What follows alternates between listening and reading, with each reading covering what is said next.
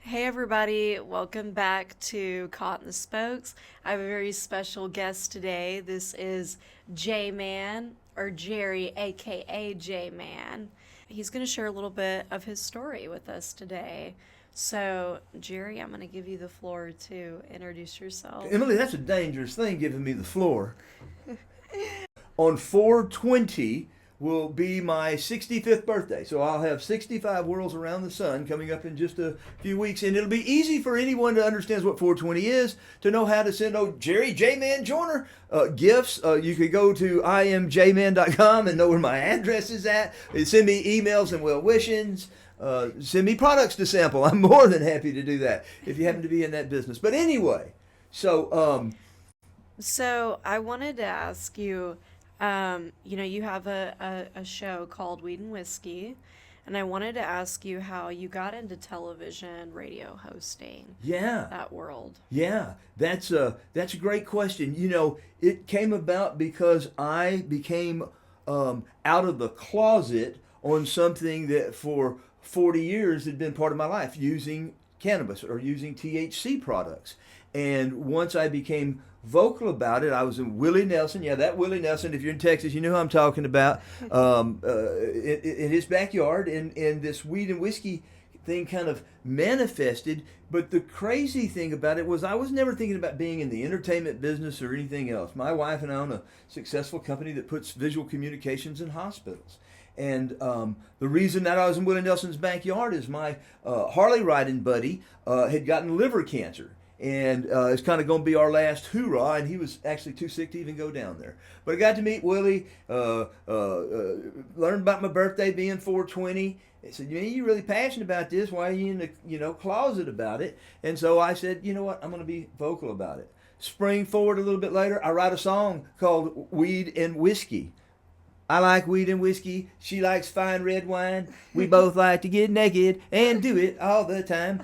Do it all the time. For 99 cents, you can go to iTunes and download that song. It's performed by Tom Conway, a famous musician, plays with Alice Cooper, Willie Nelson, the Doobie Brothers, Journey, travels all over the world, from Maui, but now he's from South Carolina. Now he's in Maui. Now he's back over here. Anyway, 99 cents. It's called Weed and Whiskey. But I actually also wrote a song for my friend that passed away from liver cancer, called Hey Bubba. Again, Tom did the song, 99 cents. You can go see it. And I had no intention ever in my life that I was going to write a song. I was with my wife on the island of Maui, and we knew that his time was real near, but he didn't want me to be at his funeral. And I'm like, "Dude, you're the best man in my wedding. I've traveled all over the country on Harleys. We've worked together for, decades. It's kind of weird, you don't want me to be at your funeral." And he's like, no, I don't want you there. Go on your trip. And we're fortunate we went to Maui a lot of times, so it wasn't like a once in a lifetime trip for us. And sure enough, he was gone when we got there. And I was writing a eulogy to send back to honor him not wanting me to be at his funeral. This guy turned it into a song. He got posted on all the stuff. I'm like, whoa. Then I did another one. Then that turned into filming some stuff in Willie's backyard, having Weed and Whiskey TV. It's like a domino effect. It was like, yeah, and I was not ever on my vision board of accomplishing what I am today. I'm a television and radio personality in a few short years, in less than 2 years.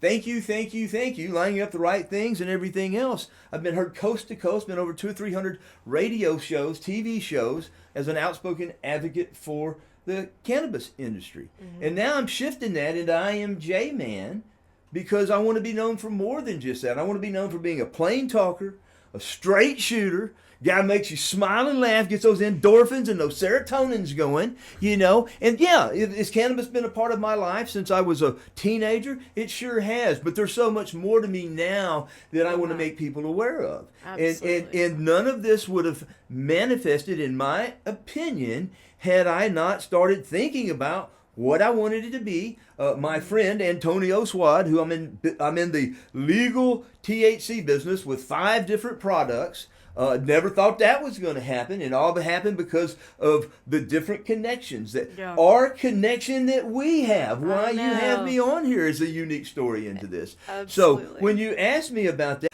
about what got me to here where I'm at right now, I hope Yeah. you're smiling and laughing as much as Emily and her producer Hannah is, because that's my goal now in life. Yeah, You I know, love there's so that. many things out there that we can get depressed about. And that's something I'm sure that you want to talk about also. Oh yeah, absolutely. I get depressed sometimes. We need more people, though. We need laughter. We need that in this world. We need people that can make people laugh. And you're one of those people. You're already cracking me up. Well, you know what? Now I'm trying to make you not cry. I have on a goal sheet from 2019, the last goal was make more people smile.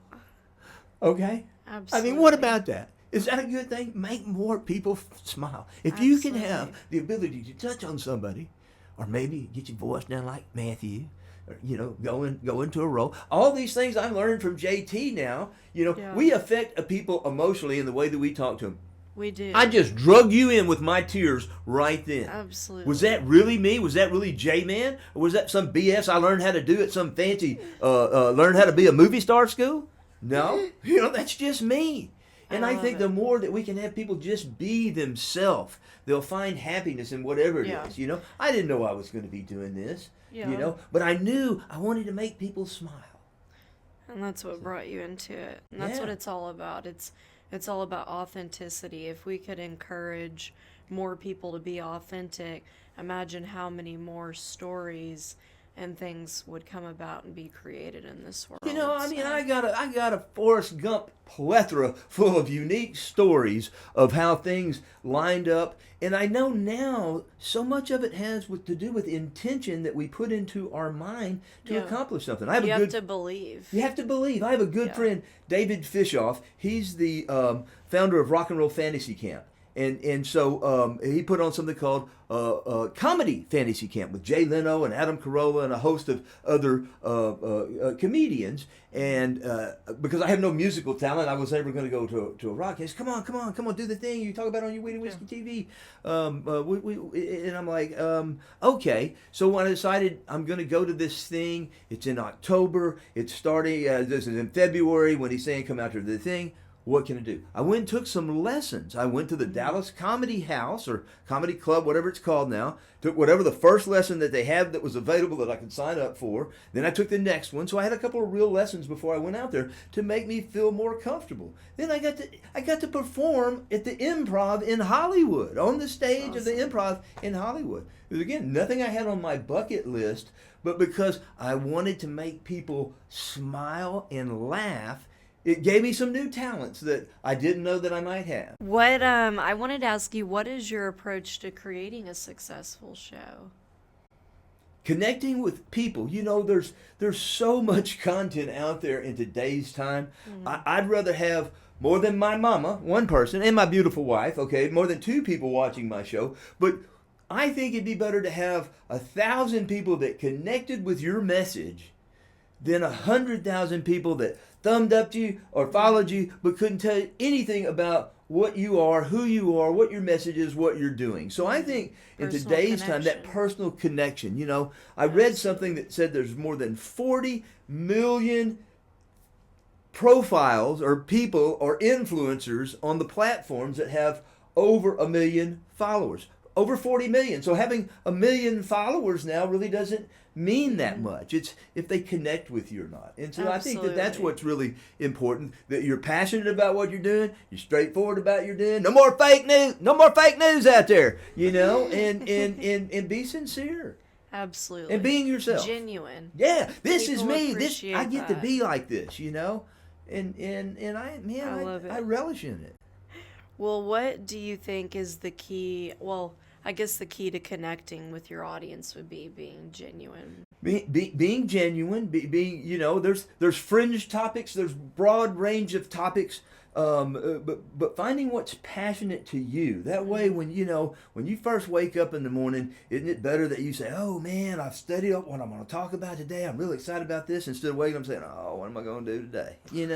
And people make content about that. Who in the world wants to watch that? No. If you're watching that, you need to reach out to her, and she'll give you a free little session for a minute to help get you to a professional in your area. Okay, sorry, that's a plug from my friend Emily. That's funny, but that's true. It brings in that specific audience. Yeah, finding that, and again, there's always unique niches. I follow the Texas Country Reporter and the Texas Bucket List, which are linear TV shows. But the Texas Country Reporter, is that 54 Bob Phillips? Well, not anymore. That's J.D. Sausalito. Okay. Bob Phillips and his wife retired from doing that. Wow. So because it's 52 years, that's how many seasons they've had. Well, I was gonna say it's a small world because I'm from Waxahachie, and Bob Phillips. They put that big thing on, the biggest event in Waxahachie, I think. Yeah, my dad and I used to go to that. Yeah, I mean that's still a thing down there for sure. And then the Texas Bucket List, a very similar show.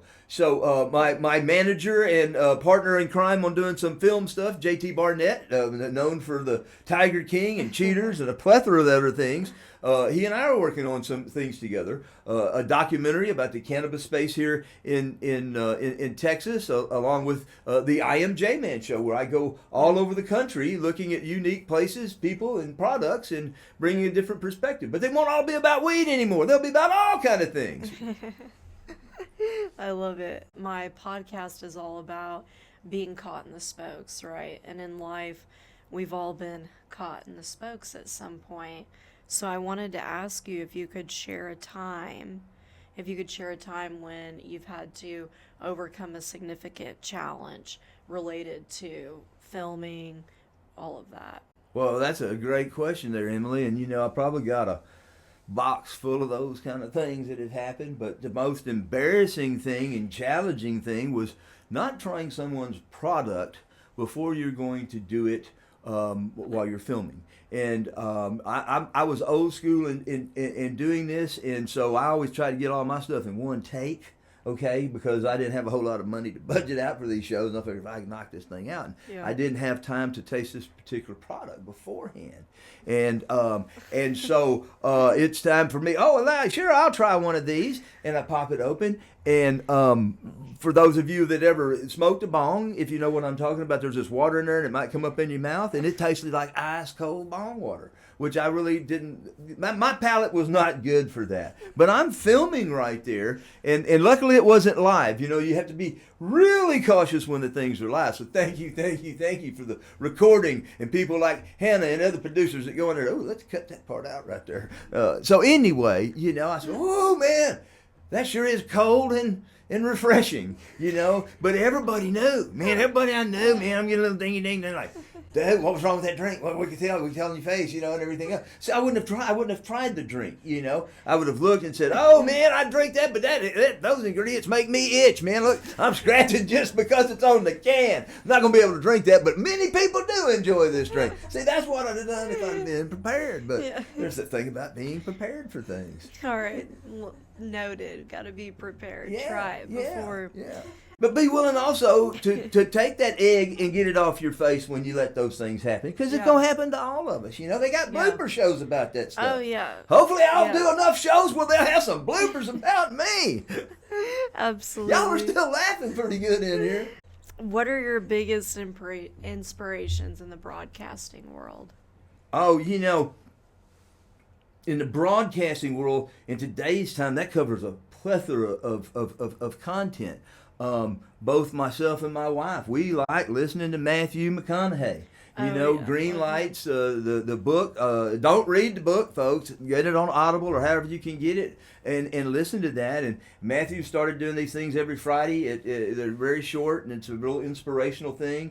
Antonio Swad, my partner, the guy that founded Wingstop and Pizza Patron, we're in the Buzz Brands business, went to New Orleans recently, and we listened to his Just Because. And it was the thing he did for really for kids. It's like a kid's book. It's about 5 minutes long on the read, but boy, it was good. And it was, I see him more as a philosopher now than I do just seeing him as a great actor or a voice coach. I was watching some little tidbit. Apparently, there's something called Calm that you can go to. It's an app. You put it on your phone. I think I've heard All of right, that. ladies. It's Matthew here. I'm going to talk y'all gently to sleep tonight. Yeah. And it was a guy, Michael Bublé or something. He's one of them singer guys. He was saying, "Oh, my wife and I we listen to Matthew." Bublé. Yeah, we listen to Matthew at night, and Matthew's like, "Oh, dude," So anyway, being an old school person, having 65 worlds around the sun coming up. I look back and saying, people connected with the personalities and they trusted people back in the day. And it wasn't all a bunch of drama. And so I'm trying to model myself somewhat into, hey, what you see is what you get. And if I'm never not myself and I'm never not truthful, I want people to call me out on that stuff. And I want to make that record straight. I don't want to have a spin doctor have to do those kind of things. Yeah. So my inspiration that I get is myself every morning when I get up. I was like, that's really where my competition, my challenges, everything else is. What's the day going to be like? What am I grateful for? That is so true. Yeah, and finding something that you would do for free, okay, that you're passionate about, usually leads you to the happiness that money can't get you. And oftentimes it leads you to the wherewithal to help you keep your thing going. As I mentioned, my wife and I own a successful company putting visual communications in hospitals all over the country. But over 20 years we've been doing that. We're very, very fortunate because we worked really hard, and she did, and I was like, you go, baby, I'll cheerleader. But as we look at how this came about, sometimes the challenges that we face, and that's why I connect with Matthew so much. You hit a red light here. Mm-hmm. You are a perfect example of a red light being something that happens in your life and turning that into a green light. I mean, I'm fascinated with that. I was gonna say, I love that you said, when I wake up, like, I'm my own inspiration, because you have to find that within you. I feel like to keep going. I'm going to inspire myself because I have a passion for this. So I think that's a beautiful thing. I wanted to ask you what current projects you're working on right now. Woo, that's a good one right there. Y'all heard me earlier talking about I Am J-Man, the Texas Cannabis Chronicles. We have a show that JT and I are trying to get some sponsors for. I'll give y'all the little intro thing on it there. There's a new oil in Texas, but they don't drill for it. It's a plant that grows up from the soil. This is Texas THC. I'm J-Man, and we're going to go around to all the 8,000 licensed dispensaries and cultivators and manufacturers just here in Texas. It's an $8 billion industry. We were working on that, and this stuff moves really fast and everything, and the opportunity for me, thank you. CGTV acquired my Weed and Whiskey TV back at the end of last year. And so while I'm not doing any more Weed and Whiskey news shows, it allowed this I Am J-Man. And as I looked at that, and I said, okay, this would be great to do another Texas show. We got the Texas Chronicles, but the I Am J-Man would allow us to go further and beyond just Texas's borders. Yeah. There's a lot of unique things, and I think that I could bring an interesting perspective to. Then we're working on Vet Force Comedy, the front lines of funny. It's where most people don't realize there's hundreds and hundreds of veterans that are professional comedians. And so we envisioned kind of like one of those America's Funniest Videos type show, but featuring veterans. And because of streaming in today's time, so we'd have 3 different acts, be me and another judge and a couple of other celebrity type people. And so like every kind of show out there, we're looking for funding, okay? But the thing about these things that have manifested for me, it's just so crazy because I hooked up with JT Barnett. He's a bona fide guy. Who hasn't heard of Joe Exotic, the Tiger King, the show Cheaters, 22 seasons, and he liked the raw talent that he saw in me and my straight shooting, plain talking personality, and he said, let's do some stuff together. So I'm real thankful for that. We got some movie stuff we're working on. That I just signed the NDAs, but I can't talk any more about that. But we got a couple of unique movie things that just came our way now. That's awesome. How do you think streaming platforms are impacting traditional television and radio? That's a great question, and you asked that because I got a good answer. I just saw Ad Age had an article that said that linear television is dead. All the big things are now being streamed, from the Super Bowl to the music concerts, other sporting events. Streaming is really taking the advertising dollars now that used to go into that arena. Traditional terrestrial radio, it's a difficult market because people got to be listening to you when your show's on, and I kind of understand that because I've gotten to be on a lot of shows that are live that's during drive time. And versus being on somebody's podcast like I'm on yours right now, that could also be a radio. Okay, so many people, old people like me, had a big problem with this. I kept saying, I got a TV show. They no, it means it's podcast. It's podcast. I got a TV show. I want to be a TV show. What's the difference between those? A lot of people listen to podcasts that may be video, like yours is, like mine is now. I got a podcast and a TV show. I just call them both the same thing. But and it all depends on the distribution that you have, how that's being. YouTube has made this available for so many people to have the opportunity to have a platform, and then trying to build an audience from that, and those things are struggles, whether you're a small entrepreneurial operation like Caught in the Spokes, or even the I Am J-Man show to big name shows. It's all about sponsorship and how do you get monetization. You got to start somewhere. Yeah, to grow that audience. That's right. You got to start, and you got to keep doing it. There are so many opportunities for streaming, but building and connecting with your audience in the simplest platform, which to me is YouTube. Anybody starting out doing this, because we invested a lot of money in having a custom-built platform that was similar to Netflix, because we had a bunch of other shows besides the shows that I had on Weed and Whiskey TV, which was the network. Weed and Whiskey News was the show. And so there's a thing called KISS, KISS, keep it simple, stupid, and do that same thing. Because we invest a lot of money into content. Took a lot of years for things like the aliens with weed and stuff. Man, it all of a sudden became really popular. Hey, I got a show with aliens and weed, and what a subject. Yeah, who would have thought,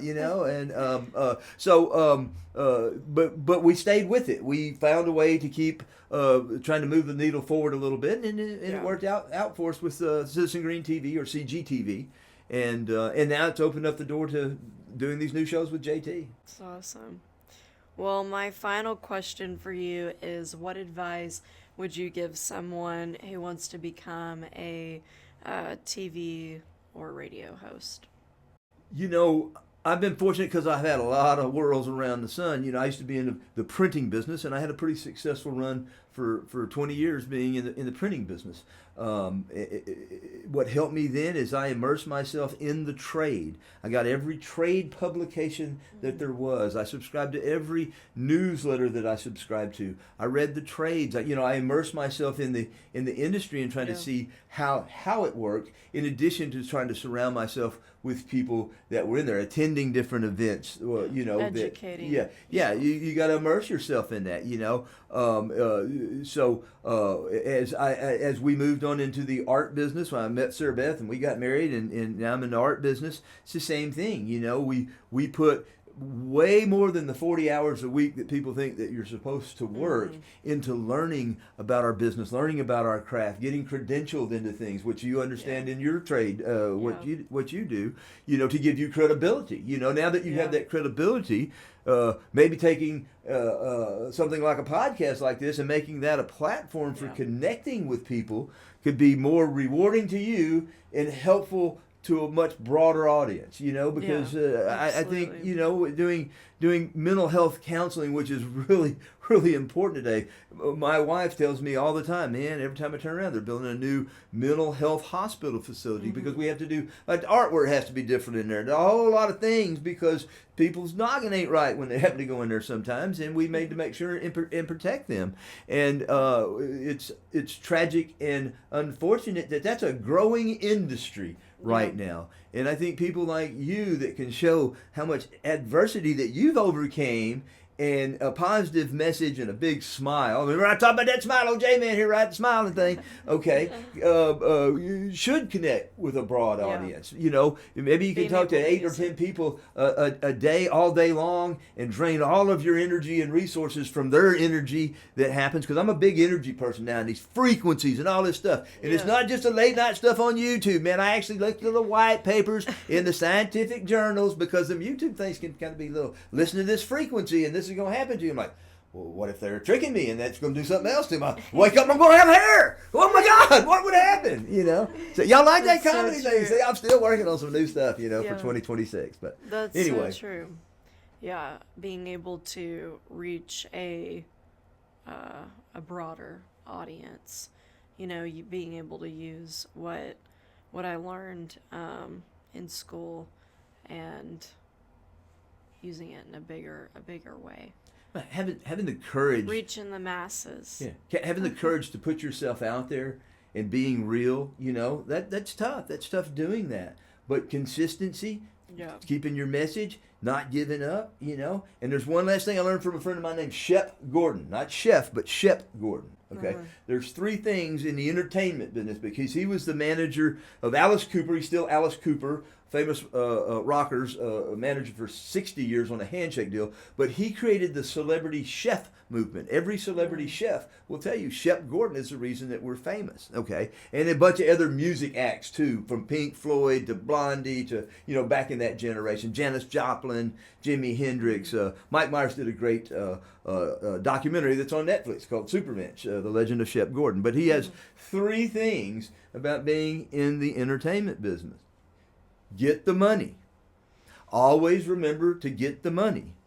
Never forget to always remember to get the money. And what that basically means is, you know, it costs money to do this right now. So whether you're a sponsor for a show, you're an investor in somebody's show because you like their message, you're a supporting fan through a Patreon or something like that, keep that in mind because most people are kind of bashful about asking for that. Yeah. But there's some kind of book, man, I'm pretty sure in there it says, ask and you shall receive. That's right. I love that. All right. That's J-Man.